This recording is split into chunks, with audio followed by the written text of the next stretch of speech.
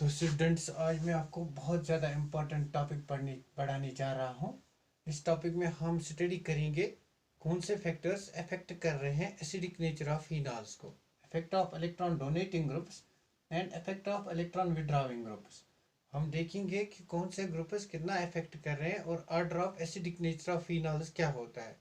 बहुत important topic है। इस टॉपिक से क्वेश्चन डेफिनेटली आता है कॉम्पिटिटिव एग्जाम में। तो हम पढ़ेंगे factors affecting acidic nature of phenols. तो हम पहला फैक्टर पढ़ेंगे effect of electron withdrawing groups. अगर हमारे फिनॉल पे कहीं पे भी इलेक्ट्रॉन विड्रॉविंग ग्रुप है, इलेक्ट्रॉन विड्रॉविंग ग्रुप्स अगर कहीं पे भी इलेक्ट्रॉन विड्रॉविंग ग्रुप है तो उससे क्या होता है, acidic nature of phenol. For example हम कंसिडर करेंगे फिनॉल, हम कंसिडर करेंगे nitrophenol. Nitro group is an electron withdrawing group. Ortho nitrophenol. हम कंसिडर करेंगे मेटा नाइट्रोफिनॉल। हम कंसिडर करेंगे मेटा नाइट्रोफिनॉल और हम कंसिडर करेंगे पैरा नाइट्रोफिनॉल।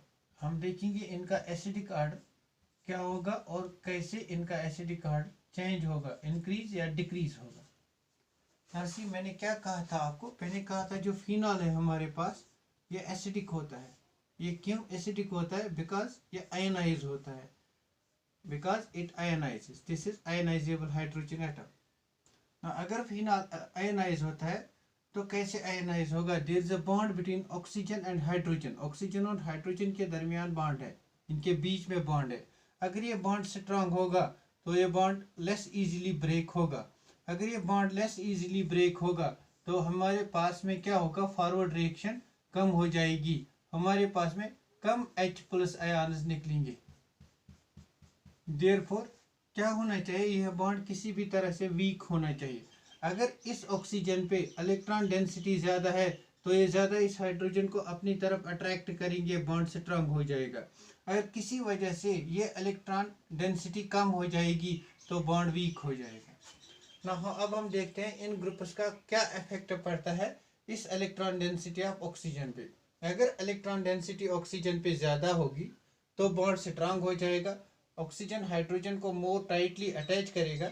अगर मोर टाइटली अटैच करेगा तो लेस H+ आयन रिलीज होगा। The more the H+ ion released, more is acidic character. Now see, हमें किसी भी तरह से इस ऑक्सीजन की इलेक्ट्रॉन डेफिशिएंसी कम करनी है ना। हमारे पास में कुछ एग्जांपल्स दी हुई हैं, इनमें हमारे पास नाइट्रोफिनॉल्स दिए हुए हैं। ये जो नाइट्रो ग्रुप है, nitro group it has -I effect group, it is -I group. Similarly हमारे पास में क्या होगा, aldehyde group, it's also -I group. COOH group, हमारे पास में हेलोजन होगा, fluorine, chlorine, bromine, iodine. All of these groups they are -I groups. They are -I groups because of the presence of these -I groups. What will happen? Now see, ये हमारे पास में phenol है, ये भी हमारे पास में फिनॉल है, but the difference is it is orthonitrophenol. This is paranitrophenol. Let me draw the resonance structures of this orthonitrophenol. This is our orthonitrophenol. This is orthonitrophenol. Now see, nitro group -I group है. -I group means it will pull this electron pair towards itself. Because of -I effect, electrons will be withdrawn towards itself. -I group means electron withdrawing group. अगर यहाँ पे ये electrons को अपनी तरफ खींचता है तो ये इलेक्ट्रॉन डेफिशिएंट बन जाता है, ये कार्बन इलेक्ट्रॉन डेफिशिएंट बन जाता है। अगर ये कार्बन इलेक्ट्रॉन डेफिशिएंट बन गया तो ऑक्सीजन पे जो इलेक्ट्रॉन्स है वो रेडिली बेंजीन रिंग की तरफ आएंगे। अगर इलेक्ट्रॉन्स रेडिली बेंजीन रिंग की तरफ आएंगे तो क्या होगा, ऑक्सीजन की इलेक्ट्रॉन डेंसिटी जो है वो कम हो जाएगी। ऑक्सीजन की इलेक्ट्रॉन डेंसिटी कम हो जाएगी, मीन्स ऑक्सीजन की इलेक्ट्रॉन डेंसिटी कम हो जाएगी। पॉजिटिव चार्ज यहाँ पे आएगा और यहाँ पे हमारे पास में क्या बनेगा, double bond N, single bond O negative, single bond O negative, positive charge. यहाँ पे इलेक्ट्रॉन डेंसिटी कम हो गई।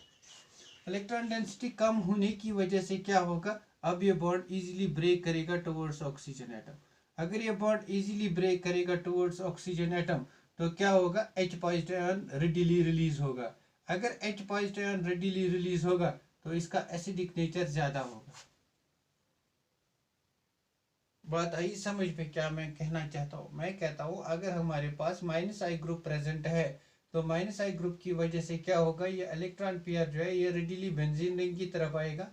Electron density on oxygen it will get decreased. Electron density कम हो जाएगी तो ऑक्सीजन पे पॉजिटिव चार्ज आएगी, ऑक्सीजन पे पॉजिटिव चार्ज आएगी तो ये बॉन्ड वीक होगा, बॉन्ड वीक होगा तो H positive ion easily release होगा।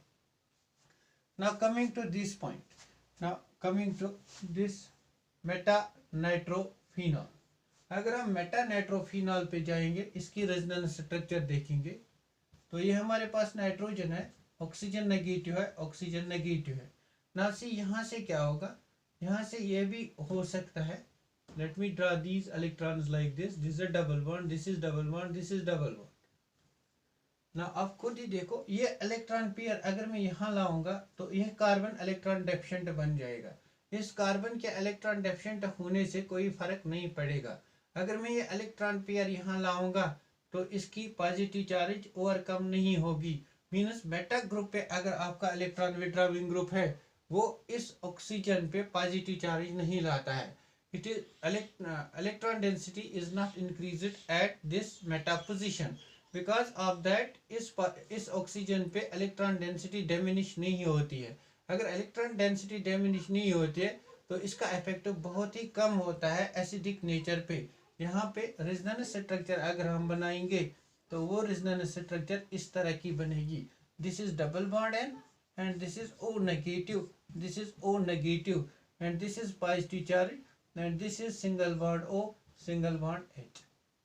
ना सी यहाँ पे कोई असर देखने को नहीं मिल रहा है, इसलिए यहाँ का एसिडिक नेचर बहुत कम होगा क्योंकि ये बॉन्ड स्ट्रांग होगा ना। अगर हम इसी तरह पैरानाइट्रोफिनॉल पे आ जाएंगे, पैरानाइट्रोफिनॉल में क्या होने जा रहा है ना, सी ये बॉन्ड यहाँ आ जाएगा, ये इलेक्ट्रॉन डेफिशिएंट होगा। अगर ये इलेक्ट्रॉन डेफिशिएंट होगा ये बॉन्ड यहाँ आएगा तो ये इलेक्ट्रॉन डेफिशिएंट होगा, ये इलेक्ट्रॉन पेयर यहाँ आ जाएगा। अगर ये इलेक्ट्रॉन पेयर यहाँ आ गया तो क्या होगा, हमारे पास में ये डबल बॉन्ड OH बनेगा, यहाँ पे पॉजिटिव चार्ज आएगी, पॉजिटिव चार्ज आई तो ये बॉन्ड इजीली ब्रेक होगा। ये बॉन्ड इजीली ब्रेक होगा मीनस, ये बॉन्ड अगर इजीली ब्रेक होगा मीनस H positive ion will be released easily. अगर H positive ion easily release होगा तो एसिडिक नेचर इंक्रीज होगा। तो हमने क्या देखा, अगर हमारे पास इलेक्ट्रॉन विड्रॉविंग ग्रुप है तो उससे एसिडिक नेचर इंक्रीज होगा। क्यों? Because that decreases electron density on oxygen atom. Because of that decrease in electron density on oxygen atom, OH bond weakness. If OH bond weakness, then H positive ion is easily released. Once H positive ion is easily released, acidic nature increases. Now the effect is pronounced in case of ortho and para positions, not in case of meta. Meta position has very least effect. Therefore, the order of acidic nature will become. The order of acidic nature will become. We have order of acidic nature. We will write it like this. Therefore, if this is compound A, this is compound B, this is compound C, this is compound D.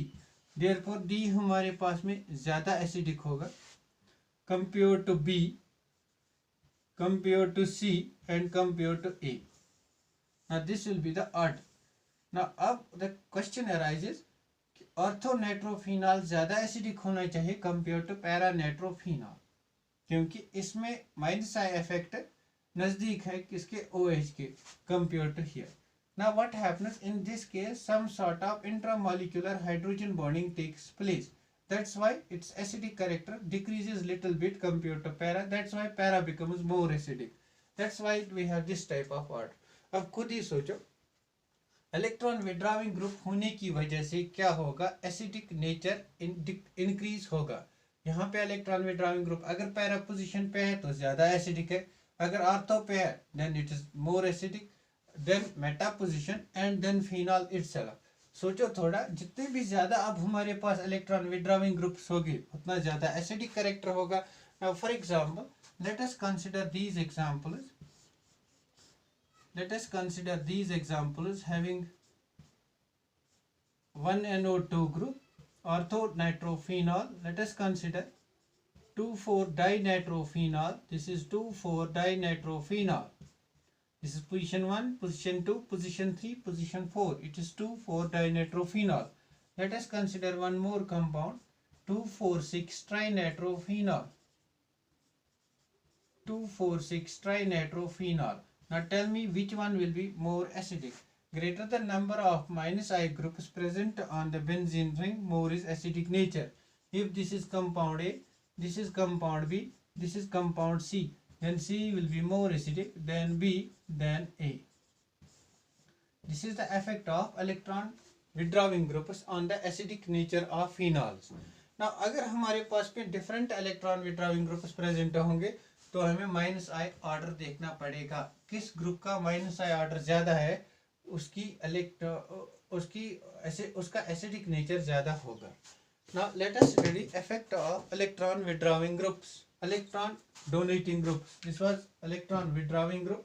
Now हमने क्या देखा यहाँ तक?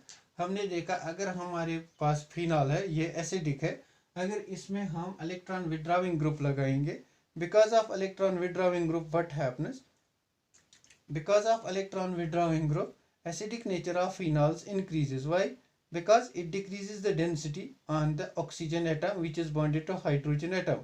When the electron density decreases, OH bond becomes weaker. Weaker the OH bond, more will be H positive ion released. More H positive ion will be released, more will be acidic character. Now मैंने आपको कल के lecture में कहा था, greater the acidic character, smaller will be the pKa value. अगर आपको यहाँ पे क्वेश्चन आएगा जो अब तक नहीं आया है, I am expecting that question. The question is like this. अगर आपको यहाँ पे ऐसा क्वेश्चन आएगा, you are given 4 phenols, you are given 4 phenols, you are given phenol, orthonitrophenol, paranitrophenol, orthonitrophenol, paranitrophenol, and you will be given metanitrophenol.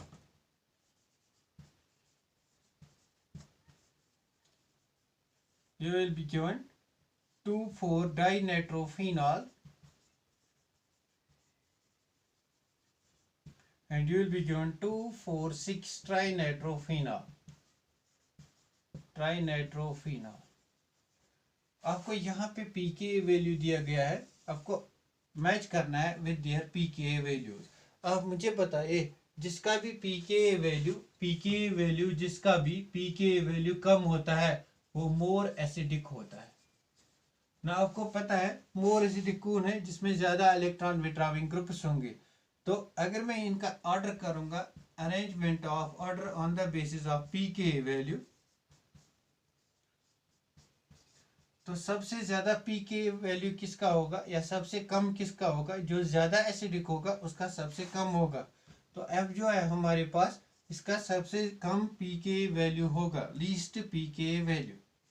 और I may write it like this, F has least pKa value. Then उसके बाद ये ज्यादा acidic है, then we have E which has less pKa value.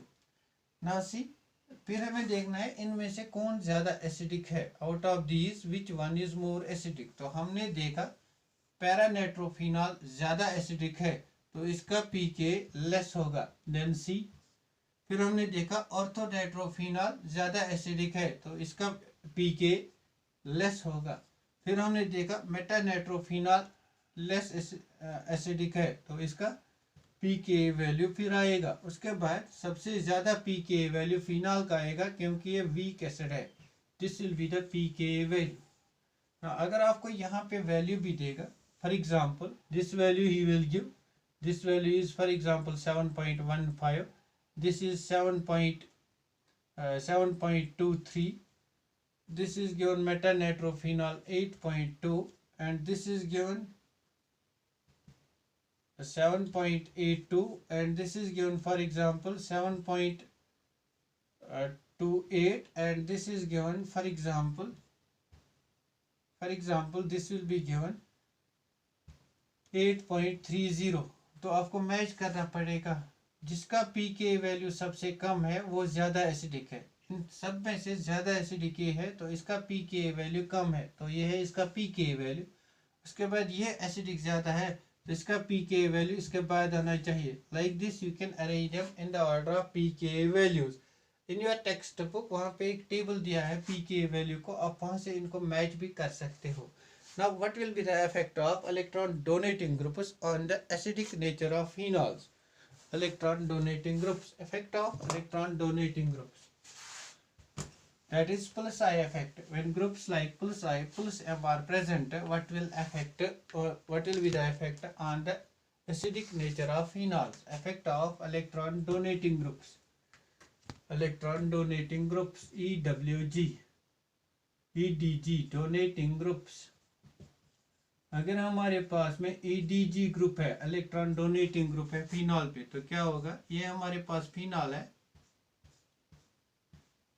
For example यहाँ पे हमारे पास में एक इलेक्ट्रॉन डोनेटिंग ग्रुप है CH3। All alkyl groups are electron donating groups. अब क्या होगा यहाँ पे? ये मिथाइल ग्रुप जो है ये इलेक्ट्रॉन्स देगा, because it will donate electrons. ये इलेक्ट्रॉन्स यहाँ देगा। अगर ये इलेक्ट्रॉन्स देगा तो इलेक्ट्रॉन डेंसिटी ऑन ऑक्सीजन पे इंक्रीज होगी। अगर इलेक्ट्रॉन डेंसिटी ऑक्सीजन पे इंक्रीज होगी तो OH बॉन्ड स्ट्रांग हो जाएगा। अगर OH बॉन्ड स्ट्रांग हो गया तो H पॉजिटिव इजीली नहीं निकलेगा। अगर H पॉजिटिव इजीली नहीं निकलेगा तो एसिडिक कैरेक्टर कम हो जाएगा। Similarly we have, if we have this methyl group present at meta position, and similarly if we have this methyl group present at para position,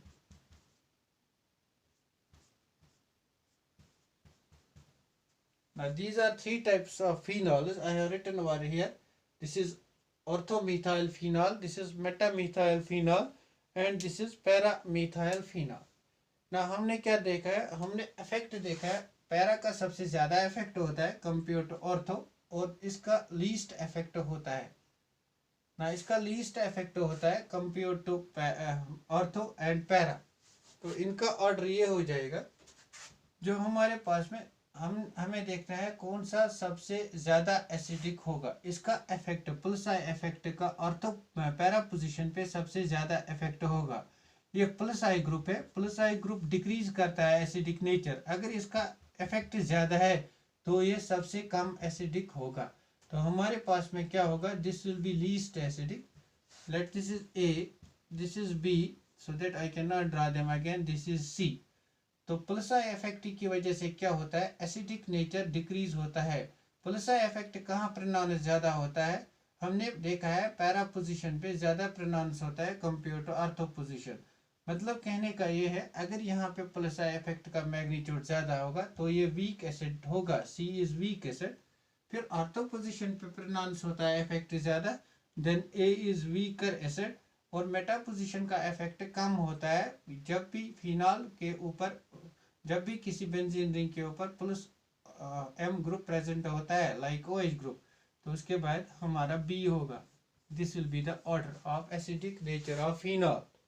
This will be the order of acidic nature of phenols. Now see one more example. अगर हमारे पास में ज्यादा electron donating groups होंगे, greater the number of plus I groups, जितने भी ज्यादा plus आई groups होंगे उतना ज्यादा एसिडिक नेचर कम होगा। एसिडिक नेचर कम होगा। अगर एसिडिक नेचर लेस होगा तो pK उतना ज्यादा होगा। फॉर एग्जाम्पल हमारे पास में क्या है? दिस इज मिथाइल फिनॉल, इसको हम क्रीजॉल भी बोलते थे। और हमारे पास में एक और कंपाउंड है, इसकी ऑर्थो पोजीशन पे मिथाइल ग्रुप है, पैरा पोजीशन पे मिथाइल ग्रुप है। अब हमारे पास में एक और कंपाउंड है, इसमें 3 पोजीशनों पे हमने प्लस आई ग्रुप लगा दिया है, ortho, para and this ortho position. Now अब आपको बताना है इनमें से कौन सा ज्यादा एसिडिक है। प्लस आई ग्रुप की वजह से एसिडिक नेचर कम होता है, यहाँ पे ज्यादा प्लस आई ग्रुप है तो ये सबसे कम एसिडिक होगा। This is A, this is B, this is C। C will be least acidic, then B, इस पे 2 अल्काइल ग्रुप्स हैं, 2 इलेक्ट्रॉन डोनेटिंग ग्रुप्स है, then A will be most acidic. अगर A ज्यादा एसिडिक है तो pK वैल्यू इनका क्या ऑर्डर क्या ऑर्डर रहेगा पी के वैल्यू का? ए सबसे ज़्यादा एसिडिक है, पी के वैल्यू कम होगा ए का। देन बी एसिडिक है, पी के वैल्यू इसका भी कम होगा। सी इज द लीस्ट एसिडिक, जो सबसे कम एसिडिक होगा उसका पी के वैल्यू सबसे ज़्यादा होगा। दिस इज पी के value order. This is the effect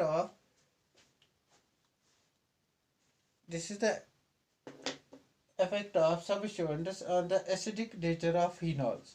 Now we'll see, because of this acidic nature of phenols, what type of reactions are phenols going to show. Phenols कौन सी reactions show करेंगे because of this acidic nature. ना हमारे पास में phenol है, यहाँ पे हमारे पास में OH group है. Because of acidic nature, this bond breaks, we get phenoxide ion. This phenoxide ion acts as a base. This phenoxide ion acts as a base. This is phenoxide ion. ये phenoxide ion वही reaction show करेगी. Because of this formation of phenoxide ion, H2 gas is released or hydrogen is released. Now all those species which involve a release of H positive ion, they are acidic in nature. Therefore phenols are acidic in nature. Now if they are acidic in nature, they will show all types of reactions which acid show. They will react with metals. Therefore we can treat it with metal. Sodium, potassium, magnesium, etc. Any metal. What happens over here? This is O negative. This O negative attacks sodium metal or potassium metal. We get metal salt of phenoxide ion. O negative Na positive. This is metal salt of phenoxide ion. One more important reaction because of cleavage of OH bond is esterification reaction. Reaction with acetic anhydride. Reaction with acetic anhydride. Reaction with acetic anhydride. Now what is acetic anhydride? This is CH3, C double bond O, single bond O, C double bond O, CH3. Usually it is written in the form of AC2O. This is AC, this is also AC, and this is AC2O, CH3, C double bond O, single bond O, CH3, C double bond O, single bond CH3. We treat it with phenol. Now treat this with phenol. ना हमारे पास में phenol पे OH group है. जो भी ये esterification reaction है ये एसिडिक मीडियम में कैरी की जाती है. In presence of acid, what happens? This OH group is protonated. This is our phenol. This is protonated. And this group is protonated. What we get? When this group is now see what happens. This is a OH bond. It breaks down to give O negative. Now we get O negative over here. We get O negative. Now this O negative attacks this species. Now here we can break this bond or this bond because they are equivalent. Break this bond. This is positively charged. Negative charge attacks over here. This H positive is attacked by this ion. We get CH3C double bond O, single bond OH. And this attacks over here. We get this is our benzene ring. It has attacked C double bond O, CH3. Plus we have got CH3, C double bond O, single bond OH. This is the product, acylated derivative of phenol. We get acylated derivative of benzene, acylation of benzene. One more reaction we can show over here.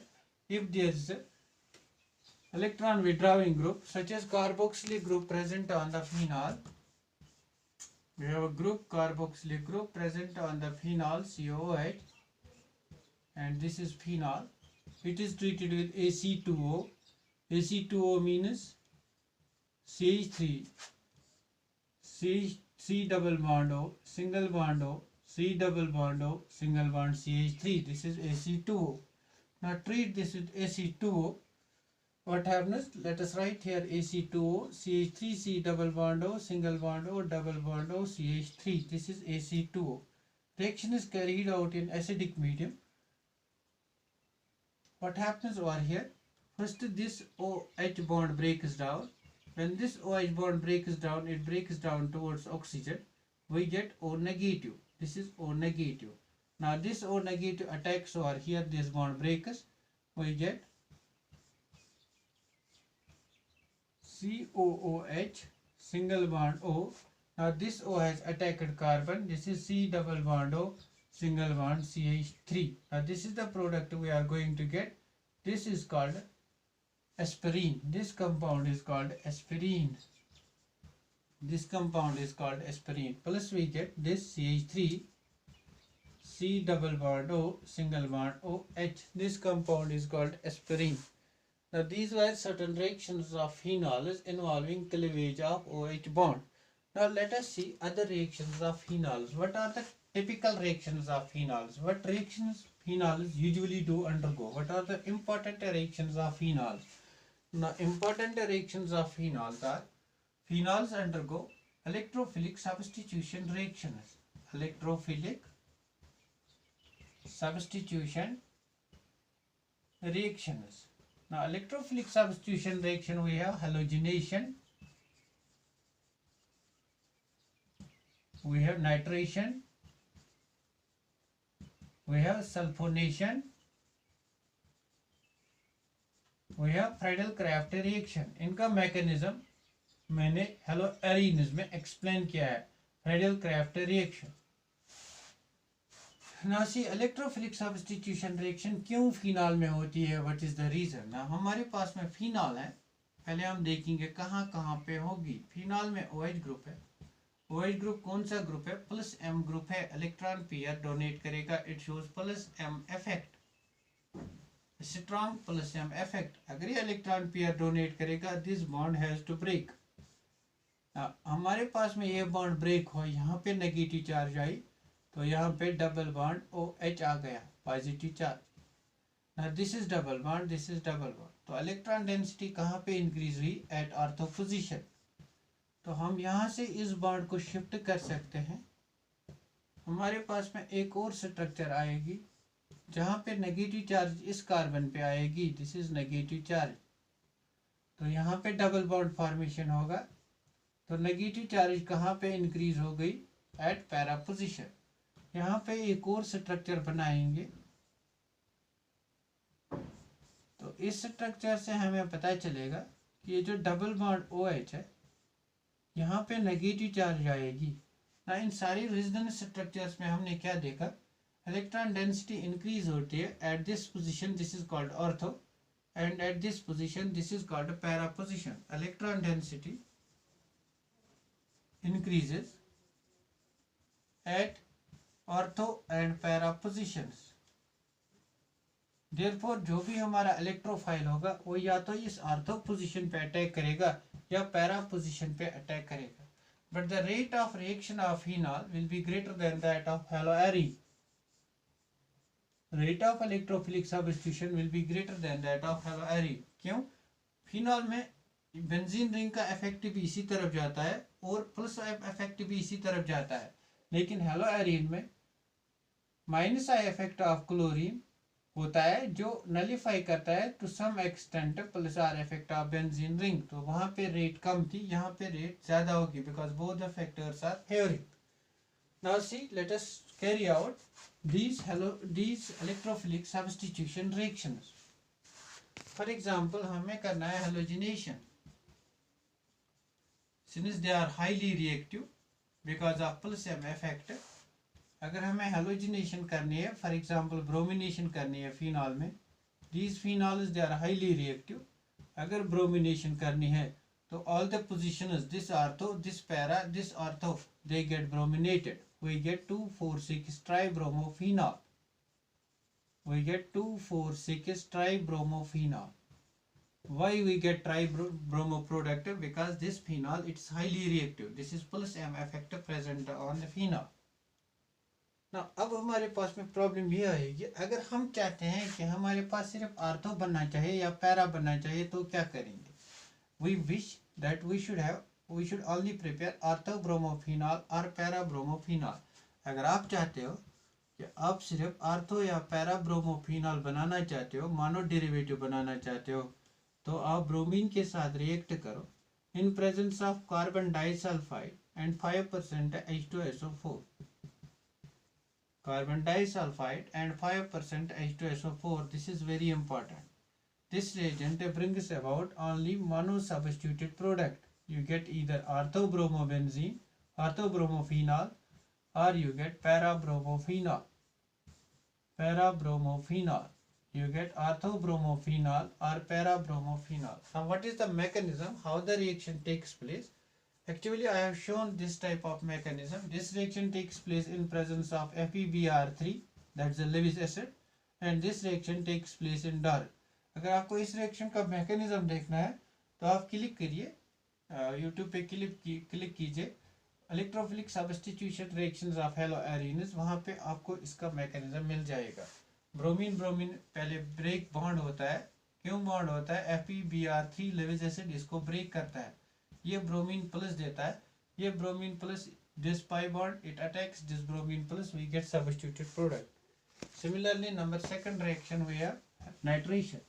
Nitration में हमारे पास कौन सा electrophile था? NO2 plus. कैसे generate होता था? नाइट्रेटिक mixture से। नाइट्रेटिक mixture क्या होता था? Concentrated HNO3 and concentrated HSO4। ये भी आपको मिलेगा, इसका मैकेनिज्म भी मैंने डिस्कस किया है हैलोअरीन चैप्टर में। Now number second is nitration. In case of nitration we have electrophile NO2 plus. This electrophile is generated from concentrated HNO3 and concentrated H2SO4, that's nitritic mixture, 1:1 mixture. For mechanism, see haloarenes, nitration of haloarenes, वहाँ पे discuss किया हुआ है। ना phenol को ले लो, nitration करेंगे, दिस इज आवर फिनॉल, इसको नाइट्रेशन करेंगे, NO2 के साथ ट्रीट करेंगे, NO2 plus, obtain it from nitrating mixture, nitrating mixture. तो क्या होगा? ऑर्थो पोजीशन अटैक करेगी या पैरा पोजीशन अटैक करेगी? तो कौन सा प्रोडक्ट हमें मिलेगा? Ortho nitrophenol and para nitrophenol. Major product कौन सा होगा? This is very important, question में भी asked from here. This is ortho nitrophenol.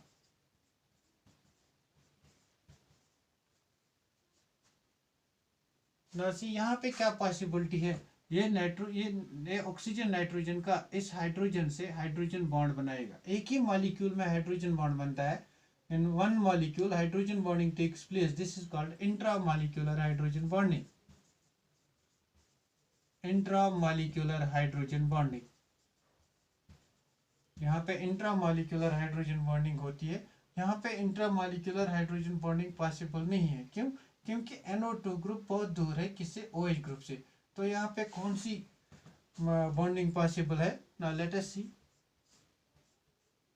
This is our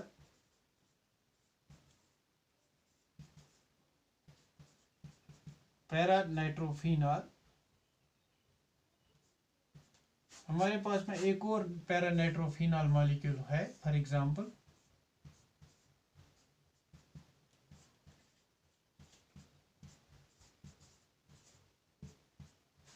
दो मॉलिक्यूल्स के बीच में ये ऑक्सीजन एटम इससे बॉन्डिंग कर सकता है। This bonding is hydrogen bonding. Hydrogen bonding कभी भी होती है जब हमारे पास H फोन होता है, हाइड्रोजन फ्लोरीन से, हाइड्रोजन ऑक्सीजन से, हाइड्रोजन नाइट्रोजन से। इतने फोन याद रखते हो, I phone, sigma phone, H phone भी याद रखो। जब भी हाइड्रोजन फ्लोरीन से जुड़ा हुआ होगा, फ्लोरीन से या हाइड्रोजन ऑक्सीजन से या हाइड्रोजन नाइट्रोजन से, तो क्या होते हैं? Hydrogen bonding. Now this type of bonding is between two molecules, it's called intermolecular hydrogen bonding. Intermolecular hydrogen bonding. Now अगर आपको इन दोनों कंपाउंड्स को सेपरेट करना है तो आप कौन सा टेक्निक इस्तेमाल करेंगे? पहले आप मुझे बता, मॉलिक्यूलर मास किसका ज्यादा होगा, इसका या इसका? मॉलिक्यूलर मास पैरा प्रोडक्ट का ज्यादा होगा। क्यों? पैरा प्रोडक्ट में इंटरमॉलिक्यूलर बिटवीन टू मॉलिक्यूल्स होते हैं, molecular mass will increase. This is called association. This is called association, which we have already explained in 1/2 factor. 1/2 factor में इस पे प्रॉब्लम आ सकती है, association जब होती है, dissociation जब होती है। Now the question is, how can we separate this mixture? How can we separate mixture of ortho and para nitrophenol? अब मुझे बताइए, ये हमारे पास ऑर्थोनाइट्रोफिनॉल है, ये हमारे पास में ऑर्थोनाइट्रोफिनॉल है, इसमें इंट्रामॉलिक्यूलर हाइड्रोजन बॉन्डिंग है। और ये हमारे पास में पैरानाइट्रोफिनॉल है, पैरानाइट्रोफिनॉल है।